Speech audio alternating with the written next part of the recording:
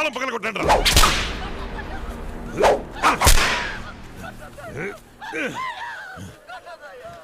వీడు కాదని నాకు తెలుసు. ఎవడో చెప్పండి. ఎవడ్రా మనుషుల్ని తెంపింది?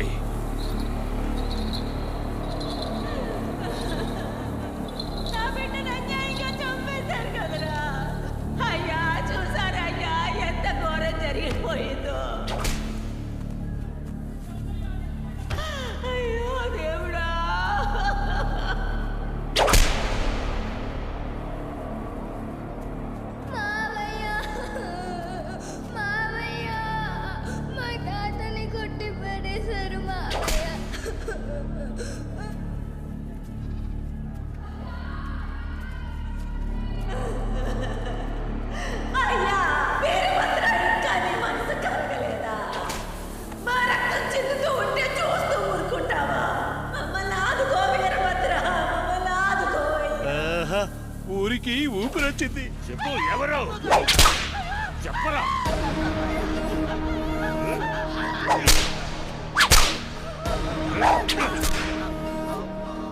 అన్నా వీడన్నా మార్కెట్ లో నేను కాపాడింది వీడే.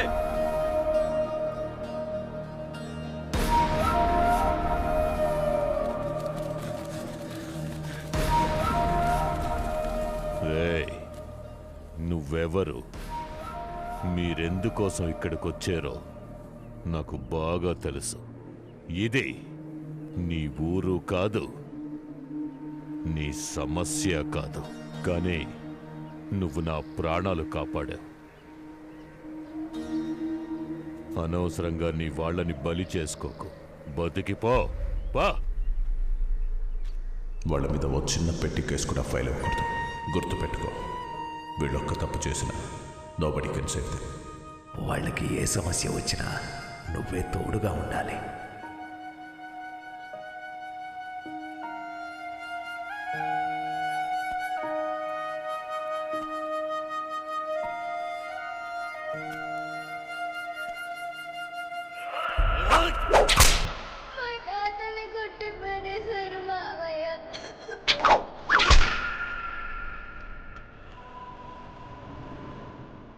సుల్తాన్కి నేను సది చెప్పుకుంటాను. వాడిని లేపేయండి. రండ్రా.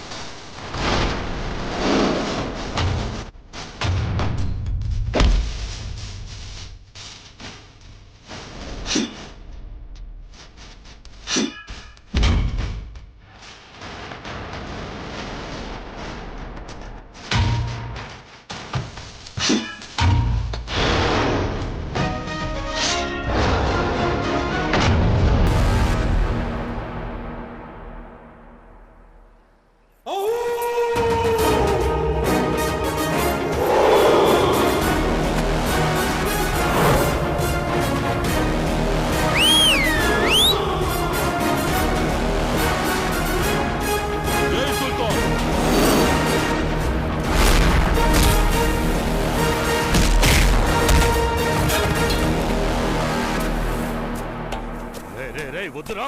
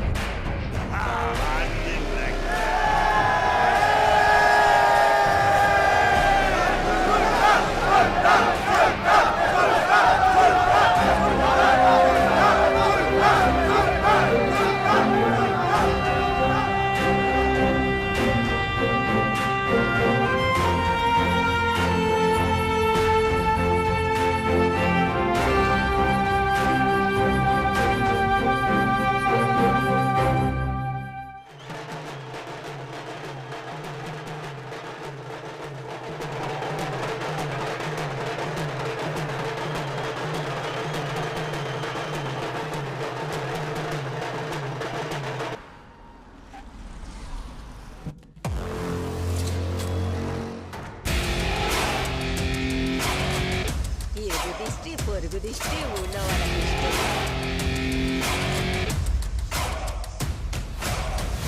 రేయ్, సుల్తాన్ మనం తక్కువ అంచనా వేశాం.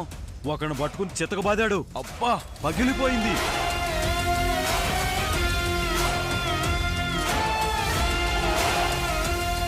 సుల్తాన్కి ఏం గుండె ధైర్యం రా.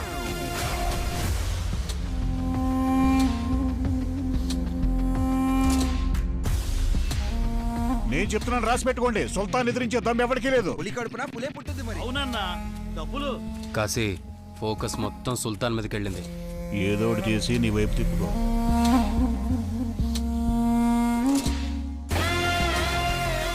ఇక మీదట సిటీ మన కంట్రోల్లోనే.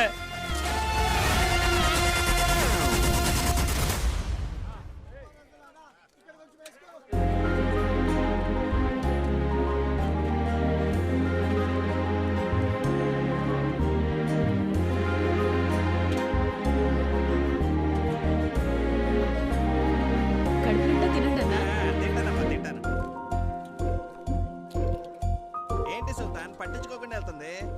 తను గమనించినట్లేదు, ఏదో పనిలో ఉందిగా. ఇప్పుడు హ్యాపీగా పాటేసుకుంటుంది చూడు.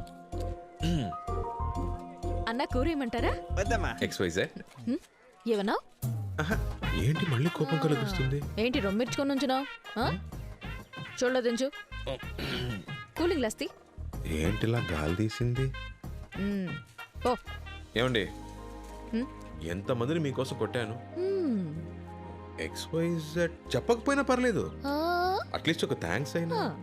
అందుకేగా కోడి కూర పెడుతోంది. మెక్కి దొబ్బే. పోవే. ఏమన్నా? పోతాను, మెక్కుతానన్నా. 100 మందిని మేనేజ్ చేస్తున్నాను, ఇది చూపులతోనే చంపేస్తుంది. గుడ్ల గుబ్బ. సుల్తాన్ ఫోన్.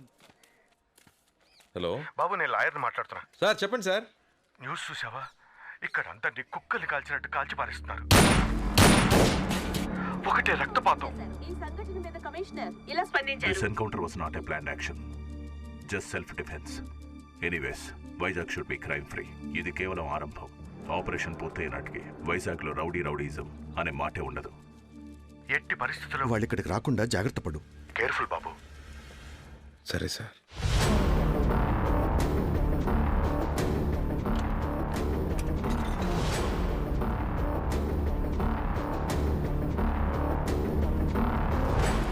సరే, మేము సాయంత్రం మా ఊరికి బయలుదేరతాం. అవును, అలాగే. సరే, జాగ్రత్తగా వెళ్ళండి. రేయ్, సాయంత్రం అందరూ ఊరెళ్ళిపోతున్నాం. ట్రైన్ ఆగినా సరే ఎవరికి మళ్ళీ భోజనాలు పెట్టించను. ఇక్కడే డబుల్ కోట మెక్కేయండి, అర్థమైందా? ఏంటి సుల్తాన్, ఆలోచించకుండా ఫోన్ చేయండి. ఇదిగో బాబు గురించి పట్టించు. ఏమయ్యా, మీరంతా ఒకటే కుటుంబం ఒకటిగా? నిజమా? అవును. భోజనాలకే బోలెడంత ఖర్చు అవుతుందేమో. రోజుకు 10 కిలోల బియ్యం మాయమైపోతాయి. ఏంటయ్యా నువ్వు తినే బువ్వ కూడా లెక్క కడితే ఎలా చెప్పు? మా దగ్గరే గనక మీలాంటి వాళ్ళు 100 మంది ఉంటే చాలు. మేం ప్రతిరోజు 10 ఊళ్ళకు బువ్వ పెట్టగలం తెలుసా? ఎలా పెట్టగలరు? వీళ్ళందరినీ ఏకోజామనే పొలంలోకి దింపి ఒక పక్కనేమో 10 ఎకరాల్లో వంకాయ, బెండకాయ, టమాటా కూరగాయల్ని, ఇంకో పక్కన అరటి తోటని, వీటితో పాటు మిగిలిన భూమిలో వరిని పండిస్తే దిమ్మ తిరిగిపోతుంది. వీళ్ళతోనా జరిగే పని నా తాత. వీళ్ళకి వ్యవసాయం రాదు. అరే ఏంటి బాబు అలా అంటావు? సాఫ్ట్వేర్ కుర్రోళ్లే వ్యవసాయం చేయగలేంది, వీళ్ళు చేయలేరా? మీ తాత ముత్తాతలు వ్యవసాయం చేయలేదా ఏంటి? వ్యవసాయం మీ రక్తంలోనే ఉంది బాబు. విత్తనాలు ఎవరు జల్లినా మొలకెత్తుతాయి. హలో హలో హలో, మన ఊరి సమస్య గురించి మాట్లాడడానికి వైజాగ్ వెళ్ళి వీళ్ళ నాన్నగారిని కలిసినప్పుడు మేము రైతులం అని చెప్పగానే ఒక్క పైసా కూడా ఆశించలేదు. నాకు పిడికెడు ధాన్యం ఇవ్వడని చెప్పారంతే. అది ఆయన గొప్పతనం. మనం రైతులం, పిడికెడు ధాన్యం ఏంటి, పండే పంటలో ప్రతి సంవత్సరం సగభాగం ఇచ్చేద్దాం. ఏం బాబు, ఇప్పుడు నీకు సంతోషమేగా? మీరు ఈ రోజే వైజాగ్ వెళ్తున్నారని మీ వాళ్ళు చెప్పారు. వెళ్లే ముందు ఇంకేం కావాలన్నా అడిగి మరీ తీసుకెళ్ళొచ్చు. బస్సు ఇదే మంచి టైము, వెళ్ళి పిల్లల్ని అడిగేసి ఇల్లు పో. అడుగుతాడు అడుగుతాడు.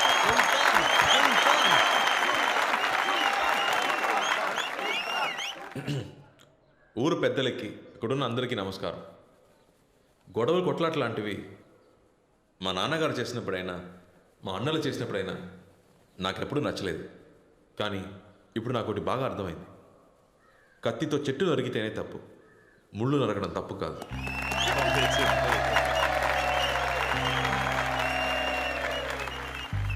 కొన్నేళ్ల క్రితం విజ్ఞానం ఎదగాలి, వ్యవసాయం ఎదగాలని మాట్లాడేవాళ్ళం.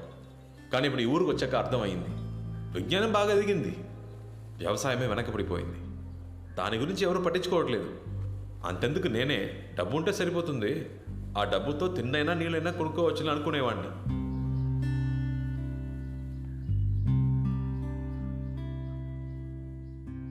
కానీ ఇప్పుడు నా ఆలోచన అది కాదు.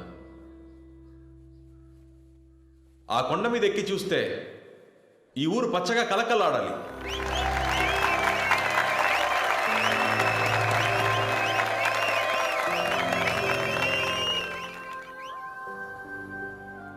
ఇక్కడ పండించే ధాన్యంతోనే నా పెళ్లి భోజనం పెట్టాలి.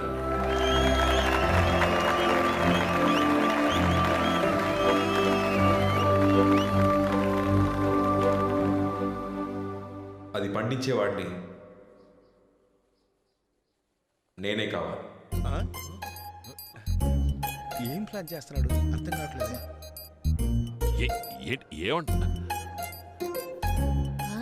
ఏమంటున్నాడు అన్నా? ఇదేం ఫిట్టింగ్ అన్నా?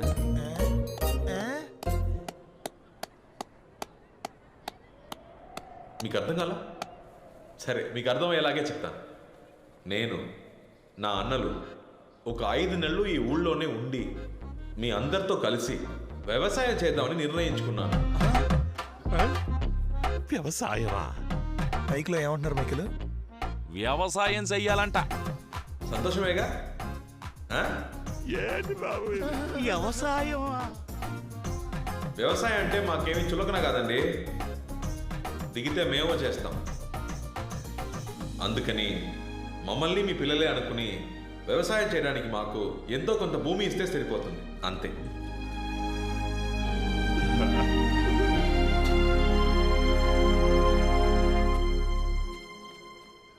ఊళ్ళో ఆడవాళ్ళు ఉన్నారు, పైగా పెళ్లిడికి వచ్చిన పిల్లలు ఉన్నారు. ఈ రౌడీ విధంగా ఊళ్ళోనే ఉండనిస్తే మనం ఎలా ప్రశాంతంగా బతకగలం? వాళ్ళు నీకన్నా మంచోళ్ళయ్యా. వాళ్ళు ప్రాణాలకు తెగించి మనల్ని కాపాడడానికి వస్తే అంతలోనే అది చేస్తారు ఇది చేస్తారంటే ఏంటయ్యా అర్థం? ఇలాగే మునుపొకడొచ్చి మన పొలాలు రాసిమ్మన్నాడు. 4 ఏళ్లు కుక్కల్లా హీనంగా బతికాం. వీళ్ళని చూస్తే దున్నపోతుల్లా బలిసి 100ల సంఖ్యలో ఉన్నారు. వాళ్ళని ఇక్కడ ఉండడానికి ఒప్పుకుంటే ఈ ఊరే నాశనం అయిపోతుంది. నాకెందుకో వాళ్ళు మన ఊళ్ళో ఉండడమే మంచిదనిపిస్తుంది. నీకే వంటరాడువి, ఇంట్లో ఆడాలుంటే తెలుసుద్ది సమస్య ఏంటనేది. తాత చెప్పిందే కరెక్ట్. వాళ్ళు ఇప్పుడు మన ఊళ్ళో ఉండడం మనందరికీ మంచిది. ఊరుకోమ్మా, చివరికి ఆడవాళ్ళు కూడా పంచాయతీలో సలహాలు ఇచ్చేవాళ్లే. పెద్దయ్యా, జయేంద్ర ఇంకా చచ్చిపోలేదు, చావు దెబ్బ తిని వెళ్ళాడంతే. రేయ్, ఆడి తిరిగొచ్చాడంటే మనుషులు పెట్టి కొట్టిస్తారా అని ఊరు మొత్తం తగలబెట్టడం ఖాయం. అవునే. ఇలా చూడండి, ఇప్పుడు మన సమస్య వీళ్ళు కాదు. సమస్య ఏంటంటే ఇంకో 6 నెలల్లో వ్యవసాయం చేసి మన పొలాల్ని కాపాడుకోవాలి. ఇది బీడు భూమి కాదు, వ్యవసాయ భూమి అని నిరూపించాలి. అందుకోసం వాళ్ళు మన ఊళ్ళోనే ఉండాలి. ఆ అమ్మాయి కరెక్ట్ పాయింటే మాట్లాడుతోంది. ఇది జరిగే పని కాదులే. పొలాల కోసం మానాన్ని తాగట్టు పెట్టాలా? చెప్పండి. ఏయ్ ఊరుకోవయ్యా, మనకు వేరే దారి లేదు. మా అమ్మాయి చెప్పింది నిజమే. అవన్నీ అలా ఉంచండి. ఇంతకీ పొలం ఎవరిస్తారు? ఏం మాట్లాడరే? చెప్పండి, పొలం ఎవరెత్తారు? నా దగ్గర 1 ఎకరం ఉంది, నేనిస్తా వాళ్ళకి. ఏంటి 1 ఎకరమా? దాంతో ఏం చేయాలని? నాకు 8 ఎకరాలు ఉంది, వాళ్ళకి నేను ఇస్తాను.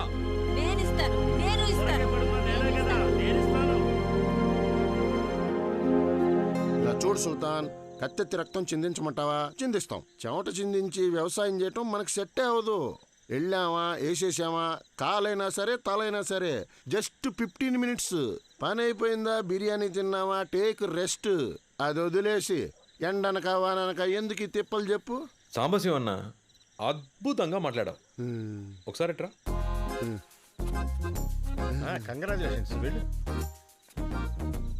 సాంబశివం, అన్నంట మర్చిపోయావే. అడిగిన దానికి కరెక్ట్గా సమాధానం చెప్పు, అప్పుడు అన్న కూడా తగిలిస్తా. ఇది చెప్పు, గుమ్మడికాయ తీగకు కాస్తుందా, మొక్కకు కాస్తుందా?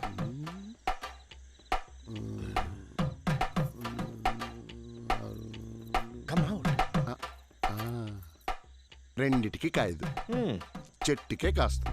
ఎలా చెప్పావు? సుల్తాన్, దొండకాయ, బెండకాయ, వంకాయ ఇవన్నీ చిన్నవి, తీగల మొక్కలు తట్టుకుంటాయి. కానీ గుమ్మడికాయ పెద్దది, తీగల మొక్కలు తట్టుకోలేవు, చెట్టుకే కాస్తుంది. బ్యూటిఫుల్. చెట్టుకి గుమ్మడికాయ. అవును సుల్తాన్, మన చిన్నప్పటి నుంచి తెలియదు. అయితే రక్తం చిందిస్తారు గాని చెవట చిందించరు. తలలు తీసేయడం మీకు ఈజీ, వ్యవసాయం మీకు కష్టం. గుమ్మడికాయ దేనికి కాస్తుంది, ఎలా కాస్తుంది అది మాత్రం తెలియదు. ఇప్పుడు చెప్తున్నా, నేనే పని చెప్పినా చేస్తారని చెప్పారు కదా, ఇంకా మీ పని వ్యవసాయమే. లేదు మా వల్ల కాదు అనేవాళ్ళు మీలో మీకు అలవాటు ఉందిగా. ఓడిపోయిన వాడు గెలిచిన వాడి మాట వినాలని. రండి, వచ్చి నన్ను కొట్టి పడేయండి, ఆ తర్వాత మీ ఇష్టం. బాబు, వాళ్ళెలా మీతో గొడవ పడతా? తొందరపడక కాసి. రేపు పొద్దున 5కి షార్ప్గా అందరు రెడీగా ఉండాలి. మిడ్ నైటా? అదే